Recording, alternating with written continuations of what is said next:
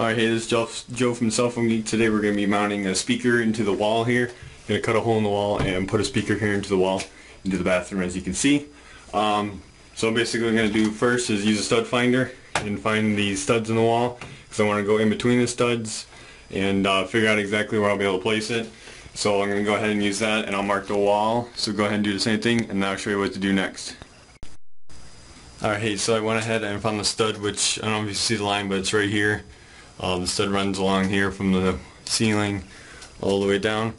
So I'm going to the left of that, which is right next to the lights here, but I don't want to be too close to the lights. So then I took, this is the metal frame, the cover over the speaker. I popped it out because this is actually used as your template to cut out the exact size square.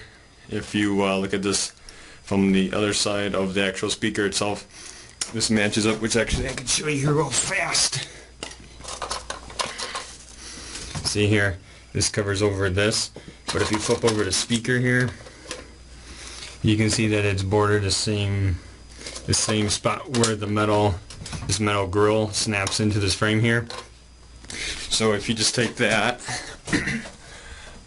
and trace it out on the wall here, which I traced it out here, then all I gotta do is, I know this is the exact size I gotta cut out, so I'm gonna go ahead and cut out the wall here by using this as my template, and it should fit perfect. Alright, so the next step is to get a hole saw and drill the hole through here. And once you do that, pop a few holes, and then either use a drywall saw, or I'm going to use a pocket knife and try to follow along these lines that I've drawn as closely as possible. And I'll show you a few pictures as the steps go through that, and I'll see you in the next video.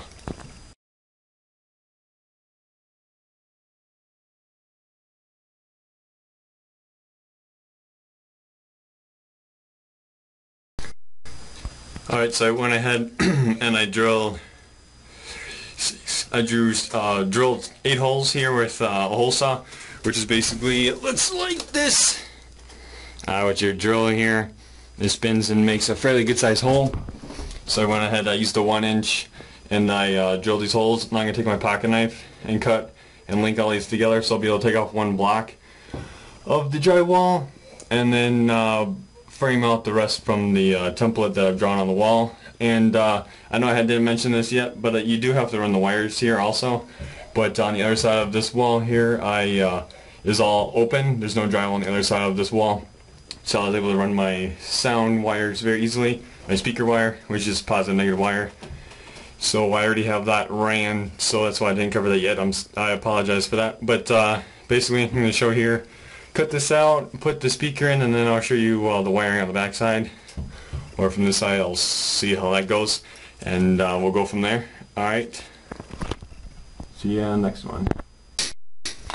Hey, when you're going to go put this into the wall here, you're going to make sure all the tabs are hanging down and out of the way. So when you take this and stick it into the wall here, see how my hole all cut out? That it goes right into the wall here without those tabs being in the way. And once you do that, it should fit in there nice and snug. As you can see, it's flat on the wall, which you want it nice and tight. So when you put in the little heavy base in here, you don't want it to rattle loose. So that's what it looks like here from a little bit of a distance.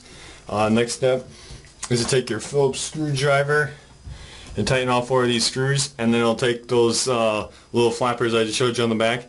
And when you tighten the screw, the flapper will turn to a certain point and lock in, and then it'll pinch itself into the drywall. So it'll pinch the speaker here to the drywall to prevent it from falling out of the wall here, even though I have it pretty solid in here. So we'll go ahead and tighten those screws down. I'll show you the back here real quick, show you what I mean. Alright, so hey, I'm here in the back. See these little flaps here? This is what I'm talking about, these little wing guys here. When you tighten those down, those are going to turn and then pinch against the drywall. So I'll show you what it looks like when they're pinched once I tighten the screws down. So go ahead and tighten the screws down. Make sure that this is flat on the wall. You can look on this side and make sure on the other side, especially that's flat on the drywall before you start tightening the screws down. And then this will pull it tight. Alright, so go ahead and tighten the screws, and then I'll show you what to do next. Alright, so as you can see here, I tighten for these little wing guys the pinch against the drywall here. Make sure you don't use your screw gun. Use a Phillips hand screwdriver so you know you don't over tighten them and break any of the plastic, because obviously this is just made out of plastic. So once you do that, then it's time to run your cables. I've already ran my cables, so it's coming here right next to the power for the switch and stuff.